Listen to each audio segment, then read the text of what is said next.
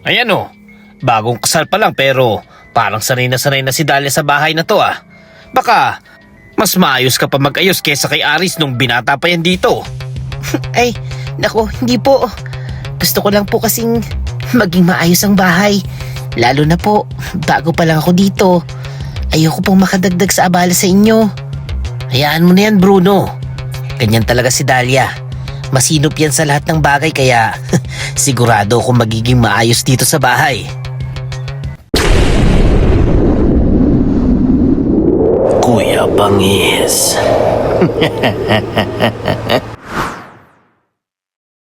Hindi pa man natutuyo ang mga bulaklak ng kasal, agad na lumipat si Dahlia sa lumang ancestral house ng pamilya ni Aris. Malawak ang bakuran, maraming puno, at ang bahay ay may mga dingding na punong-puno ng alaala. Kasama nila roon ang byuda na ina ni Aris at ang ate nitong si Lenny, pati na rin ang asawa nitong si Bruno, na agad mapapansin sa lakas ng boses at lakas ng loob. Buti na lang at nandito ka, Dahlia. May katuwang na ako sa gawaing bahay. Kasi si Bruno, kahit anong pilit ko, tamad talaga yan. Hoy! Hindi ah! Tamad lang ako kapag may magaling naman nagagawa. Tingnan mo, mas mabilis pa gumalaw si Dahlia kaysa sa'yo. Tawa na ng lahat at sa unang mga araw ay pinili ni Dahlia na sumbay sa gaan ng loob. Mabait si Bruno sa tingin ng lahat. Mahilig magbuhat, mahilig magbiro at laging may opinyon sa lahat ng bagay. Pero habang tumatagal, may mga maliliit na detalye na hindi maiiwasang mapansin ni Dahlia. Aris! Pare! Baka may extra ka dyan. Sandali lang naman, kailangan ko eh. Ibabalik ko rin mamaya. O, bukas. Sige bayaw. Walang problema. Pamilya naman tayo eh. Tahimik lang si Dahlia noon. Ngunit ilang araw ang lumipas at napansin niyang wala nang bumabalik na pera. May mga sobre na nababawasan, may mga gastusin na hindi naman nila pinag-uusapan. Minsan, habang nagluluto siya, bigla na lang uupo si Bruno sa hapag kahit hindi pa naman tinatawag. Ayos ah! Sakto pa lang lutong mo, Dahlia. Gutom na ako. Hindi pa po tapos yan. Kukuha lang po sana ako ng plato para sa lahat. Okay na yan. Okay na. Ako na bahala sa sarili ko. Mauna na ako.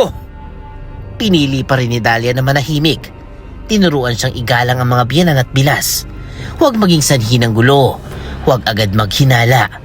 Ngunit isang hapon, habang nag-aayos siya ng mga damit sa kwarto nila ni Aris, may narinig siyang kaluskos sa kabilang silid. Dahlia! Nandiyan ka pala. Naghahanap lang ako ng lumang charger. Baka nandito eh.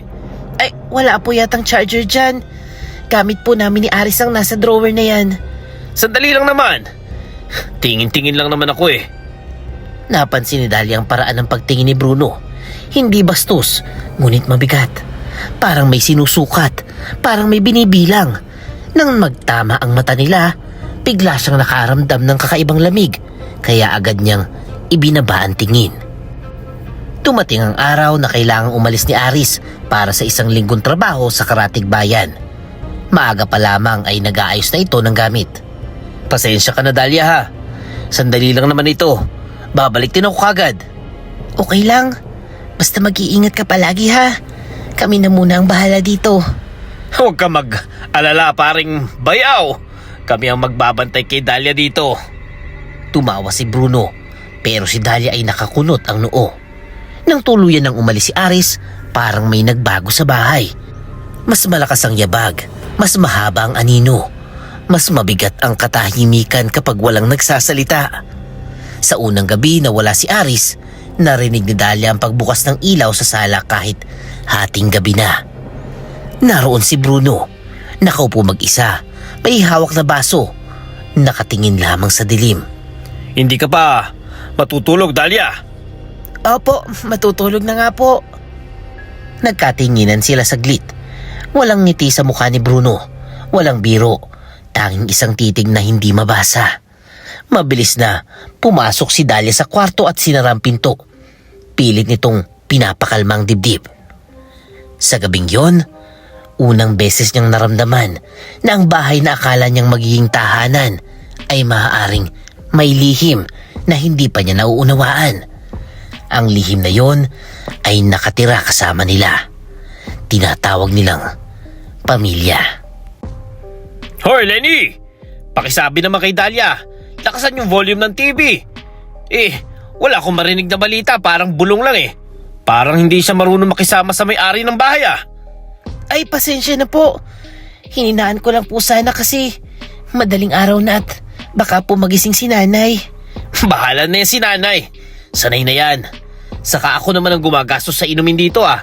Kaya may karapatan ako mag-enjoy. Mula nang umalis si Aris, tuluyan ng inang ni Bruno ang sala. Doon siya halos nakatira, nakahiga sa sofa, paay nakapatong sa mesa, bote ng alak kung saan-saan. May mga gabing may bisita siyang mga kaibigan, nagiinuman, nagtatawanan, at walang pakialam kung sino ang gising o gustong magpahinga. Hayaan mo na, Dahlia. Minsan lang naman yan uminom, tsaka andito naman si Bruno para magbantay sa atin. Opo ate, naintindihan ko naman po.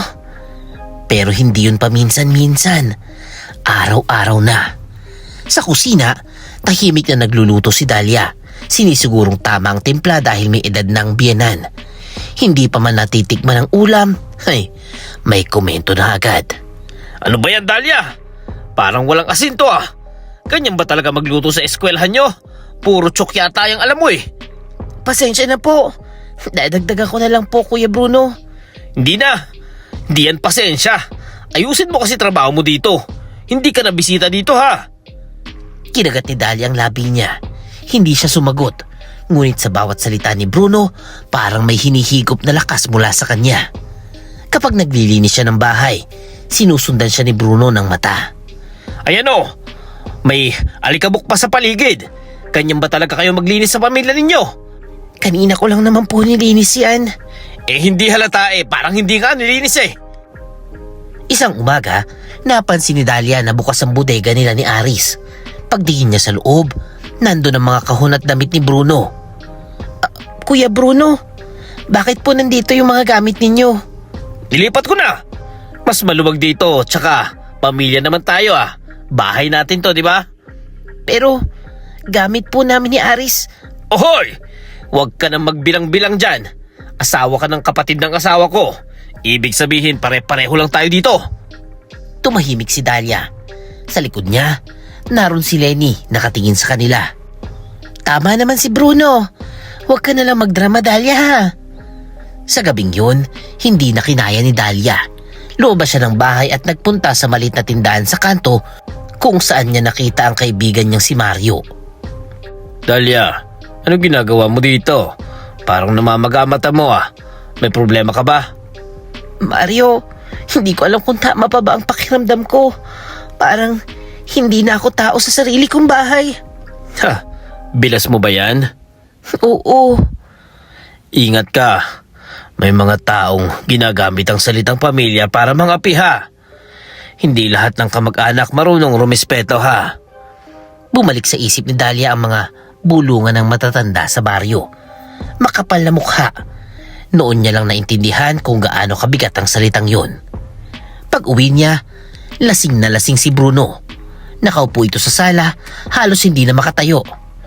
Hoy, ikaw! Lumapit ka nga din eh. Kukuha lang po ako ng tubig, Kuya Bruno. Bigla siyang hinawakan ni Bruno sa braso. Mahigpit, masakit. Dapat magpasalamat ka andito kami ha. Kung wala kami, wala yung bahay na yan. Bitawan mo ko! Bitawan niyo po ko! Tandaan mo kung sino ang kasama mo dito ngayon ha. Naitulak ni Dahlia ang sarili niya at mabilis na pumasok sa kwarto. Sinara niya ang pinto at doon niya nakita ang mga pasa sa braso niya. Kulay ube, hugis daliri. Umupo siya sa kama, nanginginig, pinipigilan ng hikbi. Hindi na ito simpleng pang-aapi, hindi na ito simpleng ugali. Sa gabing yon, nagpasya si Dahlia. Sa oras na bumalik si Aris, sasabihin niyang lahat.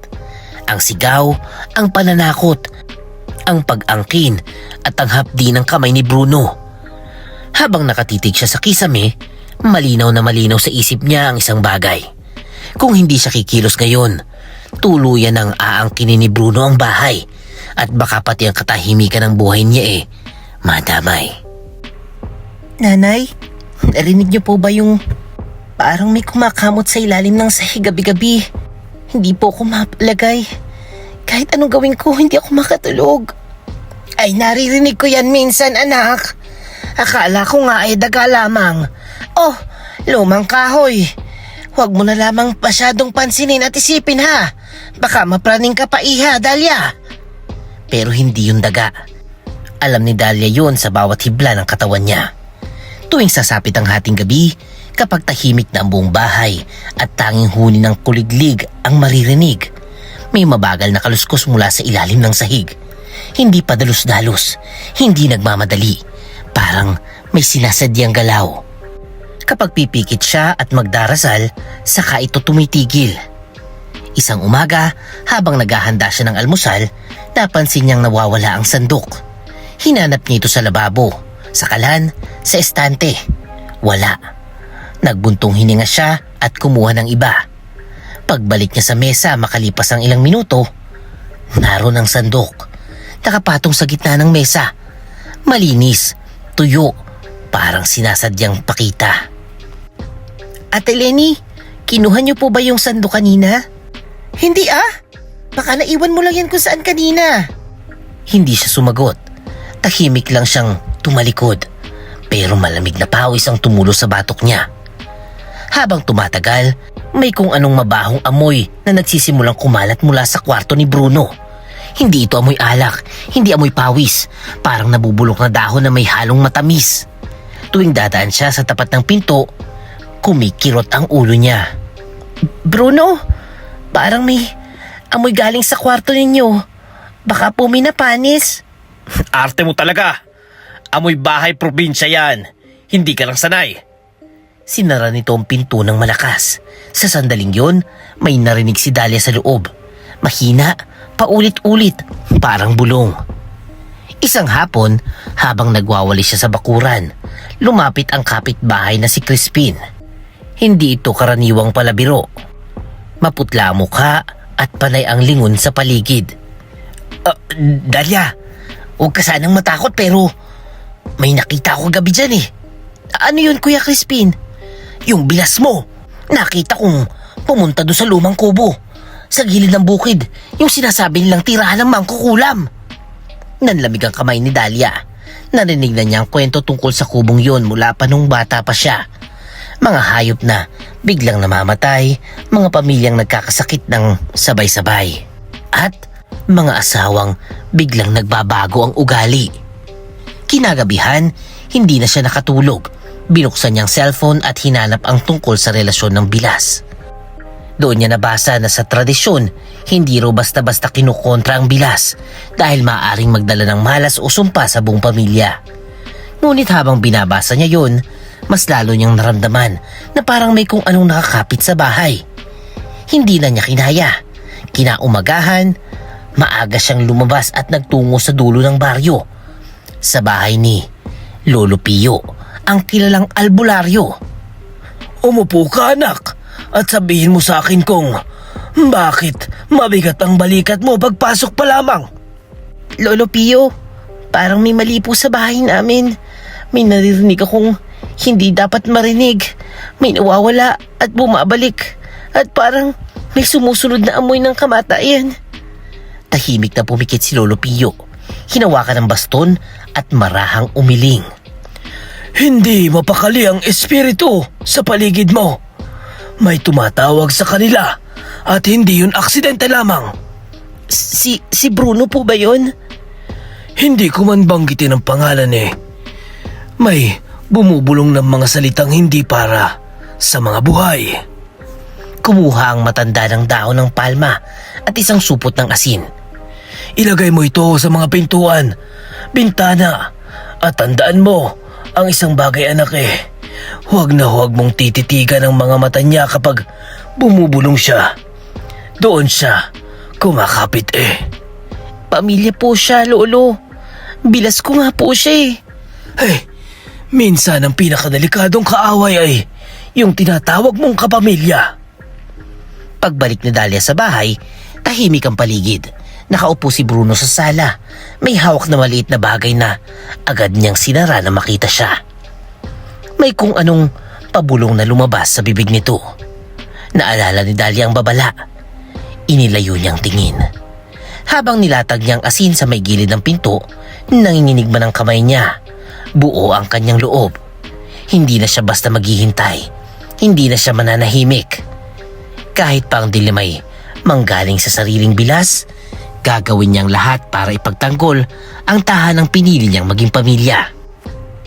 Sa pagbabalik ni Aris. Oh, ano tong mga pasa sa braso mo, Dahlia? At huwag mo sabihin sa akin na nadapa ka. Dahil kilala kita at alam kong hindi ka ganyan. Maingat ka. Saan ba galing yan? May nanakit ba sa'yo? Aris, ayoko magalit ka pero simula nang umalis ka, nagbago ang lahat sa bahay. Si Bruno, para siya na ang may-ari. Palagi siyang sumisigaw at isang gabi, hinawakan niya ako ng mahigpit at sinabi pang dapat akong magpasalamat sa kanya. Hindi na naghintay si Aris ng karugtong. Nanigas ang panga niya. Kumuyom ang kamao at sa bawat takbang palabas ng kwarto ay ramdam ang galit na matagal niyang kinikimkim. Sa pagkainan, naroon si Bruno, kampante, ngumunguya ng ulam na parang wala lang. Tapos na ang lahat, Bruno! Sobra ka na ha! Panahon nang umalis ka sa bahay na to! Ha! Ay wow! Tapang mo naman, Aris! Kakauwi mo lang, ganyan ka na. Anong nakain mo ha? Ba't ganyan ka magsalita? Parang ikaw lang ang may karapatan dito ha! Bahay ng pamilya ko to! At hindi ka na bisita. Matagal ka nang nakakatira dito. Hindi lang to bahay mo, Aris! Pamilya mo rin ako at hindi mo ako mapapaalis basta-basta. Sumusobra ka na! Hindi ko hahayaang saktan mo ang asawa ko. Sarili ko tong bahay. Tumawa si Bruno, mababa at kakaiba. Kumikislap ang mga mata. Akala mo ba sa'yo lang to? Hindi mo alam kung gaano kalalim ang ugat ng bahay na to. Biglang hinablot ni Aris ang kwelyo ni Bruno. Tumayo ito, ngunit sa isang iglap ay tinulak niya si Aris ng malakas at hindi normal. Tumilapon si Aris at bumangga sa aparador. Bumagsak ang mga pinggan, nagkalat ang bubog sa sahig. Aris, tumigil na kayo! Ngunit huli na. Magkaharap ng dalawang lalaki. Humigop ng hangin si Bruno at nagsimulang bumulong ng mga salitang hindi maintindihan. Biglang humangin sa loob ng bahay. Isa-isang nagsara ang mga bintana. Namaya pa ang mga kandila. Iniwan ang sala sa dilim. Bruno! Ano yung ginagawa mo? Tama na please! Lalong lumalim ang boses ni Bruno pagkasabi ni Lenny. Parang may ibang nagsasalita sa loob niya. Ang mga anino sa dingding ay gumalaw. Parang humihinga. Panginoon, tulungan mo po kami. Mahigpit hinawakan ni Dahlia ang rosaryo. Uminit ang mga butil sa palad niya habang malakas siyang nagdarasal. Hindi alintana ang panginginig ng boses. Lumayo ka sa pamilya ko! Bruno! Hinablot ni Aris ang hawakan ng walis at inundayan si Bruno. Nahuli ito ng bilas sa ere at binali na parang tuyong sanga. Mahina ka, Aris! Palagi ka naman mahina! Binuka ni Bruno ang bibig at sa sandaling yon ay nakita ni Dahlia ang ngipin nitong tila mas matalas kesa dati. Napasigaw si Lenny, napaatras sa takot. Bruno! Hindi na ikaw yan! Sa gitna ng gulo, naalala ni Dahlia ang bili ni Lolo Pio.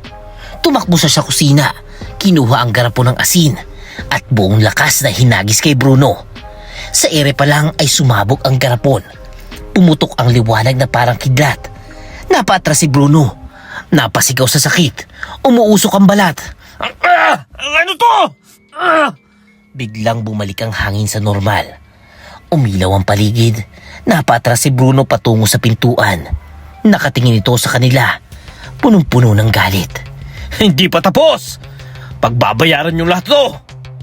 At sa isang iglap, tumakbo siya palabas ng bahay. Naglaho sa dilim ng gabi. Tahimik ang lahat. Basag ang sahig. Nanginginig si Lenny. Duguan si Aris sa braso. Aris, okay ka lang ba? Pasensya na, Dahlia. Ngayon lang ako nakauwi at ngayon lang kita naipagtanggol. Magkayakap sila sa gitna ng gulo. Ngunit alam nilang hindi pa rito natatapos ang laban. Sa labas, may narinig silang mahinang tawa na tinangay ng hangin. Paalala na ang unang sagupaan ay simula pa lamang ng mas madilim na digmaan. Kinabukasan, Masakit pa rin ang braso ko pero mas masakit isipin na may ganito palang pangyayari sa loob ng bahay natin. At hindi ko man lang agad nakita o napigilan to dati. huwag mo na munang igalaw yan, Aris. Dumudugo pa ito eh. At sabi ni Lolo Pio, kailangan mo daw malinisan muna bago pa lumalim ang tama. Hindi lang sa katawan kundi pati sa palad ng tadhana. Tahimik na nakaupo si Aris habang sinisindihan ni Lolo Pio ang insenso. Umusok ito ng makapal, paikot-ikot at parang may hinahabol na anyong hindi nakikita. Nakapikit ang matanda, hawak ang baston, dahan-dahang inuugoy ang ulo na tila may binabasa sa hangin. Ang bilas mo ay gumagamit ng kulam at hindi basta-basta ang ginagawa niya. Dahil ginagapos niyang swerte ng buong bahay at unti-unti niyang sinisip-sip ang lakas nito. Kaya pala, simula nung dumating siya parang sunod-sunod ang kamalasan at gulo sa amin. Hindi aksidente ang lahat, anak. May sinimulan siyang ritual at hindi pa ito tapos. Kumuha si Lolo Pio ng mga dahon ng bayabas, pinahira ng langis ng niyog at ginawang mga anting-anting ito. Isa-isa niyang inabot kina Aris at Dahlia ang ginawang anting-anting. Isabit niyo ito sa leeg at magbudbud kayo ng asin sa lahat ng pintuan at bintana. Walang dapat makapasok o makalabas kapag nagsimula na ang ritual mamayang gabi. Babalik po ba siya, Lolo Pio? Oo, Dahlia. Sigurado at mas malakas ang loob niya kapag gabi. Pagsapit ng hating gabi, tahimik ang buong bahay, nakapatay ang ilaw. Ang tanging liwanag ay mula sa kandilang hawak ni Lolo Pio. Biglang bumukas ang gate sa labas. Dahan-dahang lumapit ang mga yabag. Akala nyo, matatapos lang ng ganun ang lahat ng ito? Lumabas si Bruno sa dilim. Ang mukha niya ay may mga guhit na hindi maintindihan. Parang ginuhit ng uling at dugo. Umiikot siya sa paligid ng bahay habang bumubulong ng mga salitang parang nagmumula pa sa ilalim ng lupa. In nomine Patris et Filiet Spiritus Sancti. Sinimula ng matanda ang dasal sa Latin, sabay inaalog ang kalansing na gawa sa buto. Biglang may berdeng usok na pumasok sa ilalim ng pinto. Gumapang sa sahig at unti-unting humugis ng mga ahas. Diyos ko! Hali kayo mga alagad. Gumapang kayo at kunin niyo ang akin. Isang pitik lang ng daliri ni Bruno at gumalaw ang mga anino. Gumapang ang mga ahas patungo kina Aris at Dahlia. Hinaplot ni Aris ang bolo na binasbasan ni Lolo Pio at walang alinlang hinampas ang mga ito. Sa bawat tama, nagiging usok ang mga ahas at naglalaho. Lumayo kayo sa pamilya ko! Habang abala si Aris, paulit-ulit namang naghahagis ng asin si Dahlia. Ang bawat dakot ay parang kumikislap sa hangin at sa pagtama sa usok ay may tunog na parang nasusunog na kahoy. Sang ala ng liwanag, umalis kayo dito! Sa gitna ng usok, tinaas ni Lolo Pio ang anting-anting at tinuro sa hangin. Biglang nagliwanag ito ng bughaw.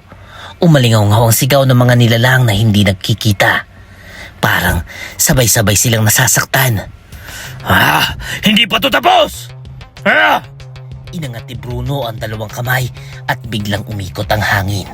Lumitaw ang itim na mga salagubang, paikot-ikot, bumubuo ng buhawi. Ngunit hindi tumigil si Lolo Pio. Mas lumakas ang dasal, mas naging buo ang boses. Los Vincit Tenebras! Unti-unting pumasok ang gintong liwanag sa loob ng bahay. Tinangay nito ang mga salagubang. Winasak ang usok at pinahina ang mga bulong ni Bruno. Napatras siya. Nakapamulsa ang mga kamay. Galit na galit ang mga mata. Nakagapos na sa akin si Lenny at hindi ninyo sa maliligtas at sa susunod ay may mas mahalaga pa akong kukunin sa inyo. Sa isang iglap, naglaho si Bruno sa dilim. Iniwan ang katahimikan at ang mga malamig na hangin. Tahimik ang bahay. Napaluhod si Dahlia sa pagod at takot.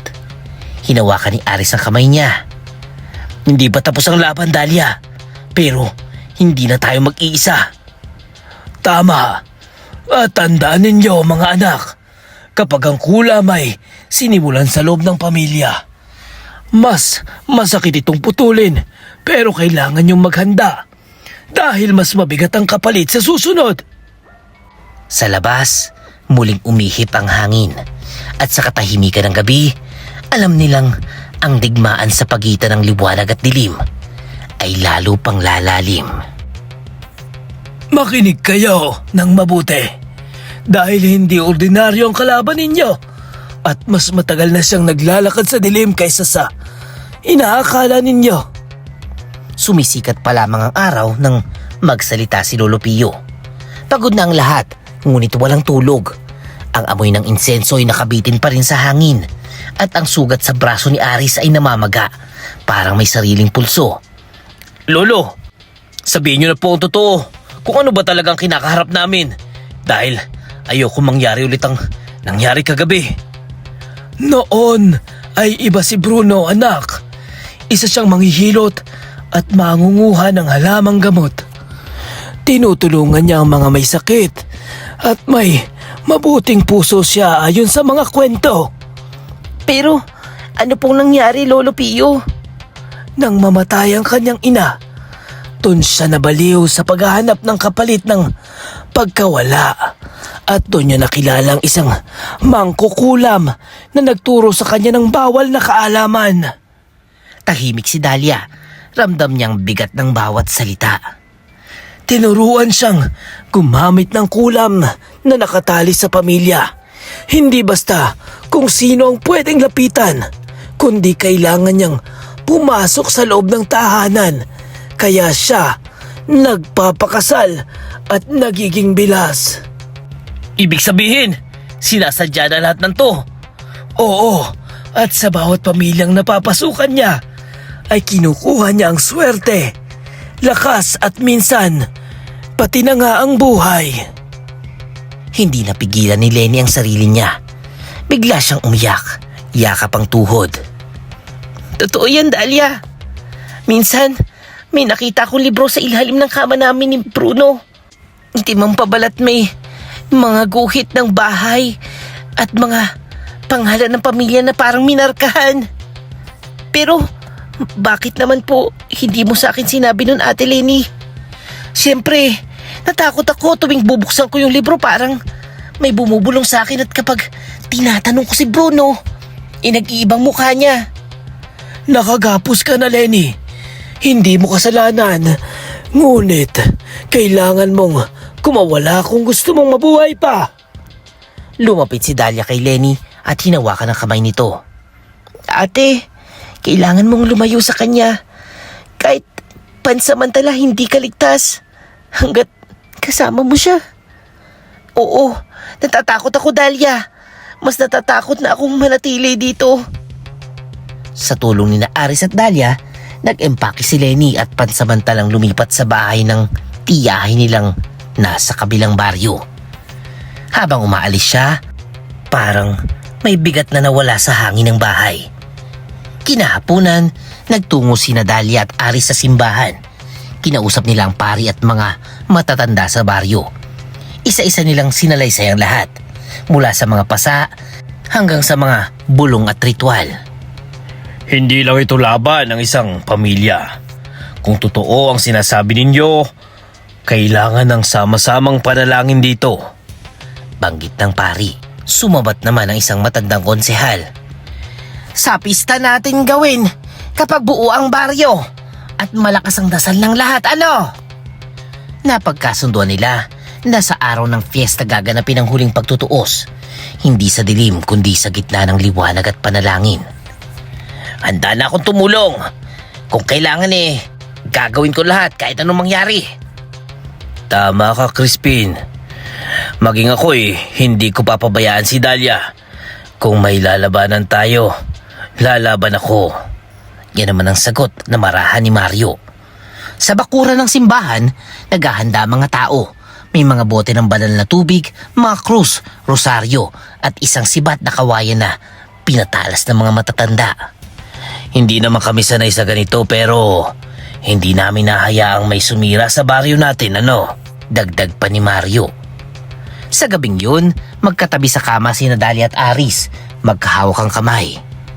Pasensya na, Dalia, kung napahama ka dahil sa pamilya ko, ha? Hindi ito tungkol sa pamilya mo, Aris, kundi sa pagpili kung ano ang tama.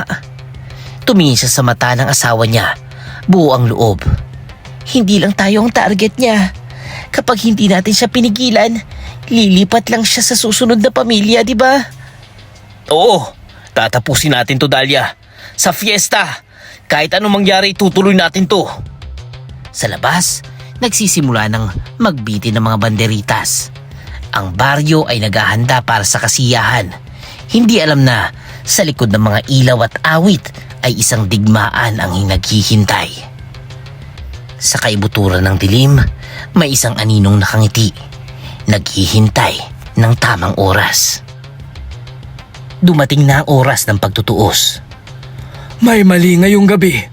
Ramdam ko sa hangin ang lamig na hindi dala ng ulan, kundi ng presensyang ayaw magpakita sa atin.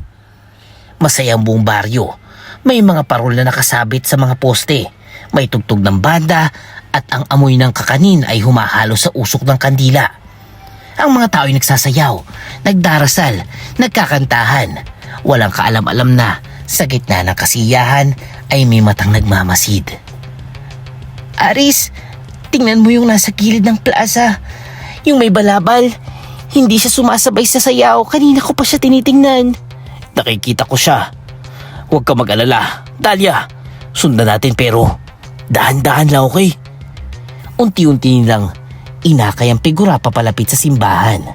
Sa may hagdan, naroon sina Lolo Pio at ang mga matatanda sa baryo. Hawak nila ang rosaryo, mga kampana at banal na tubig. Akala nyo ba? Tapos na ang lahat sa sayawan. At dasal, mga hangal kayo! Hinawi ni Bruno ang balabal.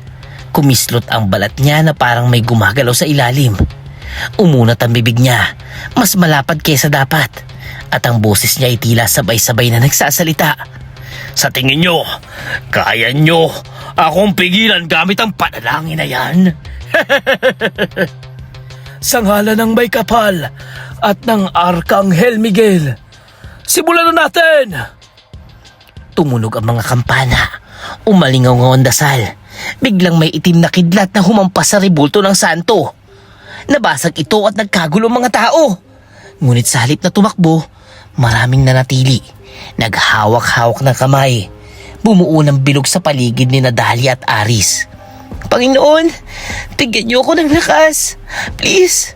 Mahigpit niyang hinawakan ng espada na hinubog mula sa araro ng kalabaw. Pinahira ng banal na langis. Sumugod si Bruno. Humaba ang mga kamay nito. Naging parang kuko ng hayop. Sumalubong si Dalia. Tumama ang bakal sa kuko. Nagtilamsik ang apoy. Lumayo ka sa pamilya ko, Bruno! Winasiwas ni Aris ang bolo. Tinamaan ang aninong gumagapang papunta kay Lenny. Napatras ito at naglaho sa usok. Ngayon na, guys! Sigaw ni Crispin. Isa-isang hinagi sa mga bote ng banal na tubig. Pumutok ang mga ito sa balat ni Bruno. Umusok, umalingaw-ngaw. Ang sigaw nito'y parang hinahati. Hindi niyo ako kayang wasakin! Biglang tumilim ang langit. Umikot ang hangin. Lumubo ang katawan ni Bruno, saka lumiit. Paulit-ulit, parang may nag-aagawan sa loob niya. Arkanghel Miguel, ipagtanggol mo kami sa digmaang ito! Sigaw ni Lolo Pio. Isang malakas na kulog ang sumabog sa himpapawid. Isang kidlat ang bumagsak diretso kay Bruno. Napasigaw siya. Isang sigaw na may kasamang daan-daang tinig. Sa isang iglap, ang katawan niya ay naging abo. Tinangay ng hangin, naglaho sa gabi. Naging tahimik ang plaza. Pagkatapos may palakpakan, may iyakan, may dasal. unti-unting bumalik ang tugtog. Nagpatuloy ang pista.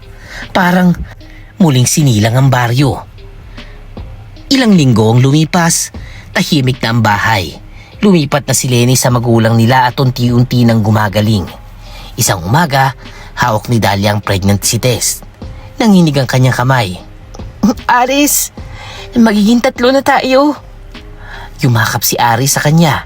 May luha sa mga mata. May ngiti sa labi. Isang hapon, bumisita ang pamangkin ni Dahlia. Nakaupo ito sa lupa, naglalaro. Oh, ano yung ginuguhit mo? Ngumiti ang bata. Mga simbolo ang nasa lupa. Mga guhit na pamilyar. Parang mga nakita niya noon sa itim na libro. Oh ay, ang galing mo naman. Tumawa siya. Pilit binura ang kaba. Ngunit ng gabing yun, napanaginipan niya ang isang bata. Nakaupo sa dilim. Maliwanag ang mga mata. Kumakanta ng bulong na minsan na niyang narinig. Nagising siya, hingal na hingal. Pinatong niya ang mga kamay sa tiyan niya. Naroon ang tibok, malakas at malinaw. Buhay na buhay. Panginoon, bantayan mo po kami. Mahigpit niyang hinawakan ang anting-anting sa liig. Sa labas, humuni ang hangin.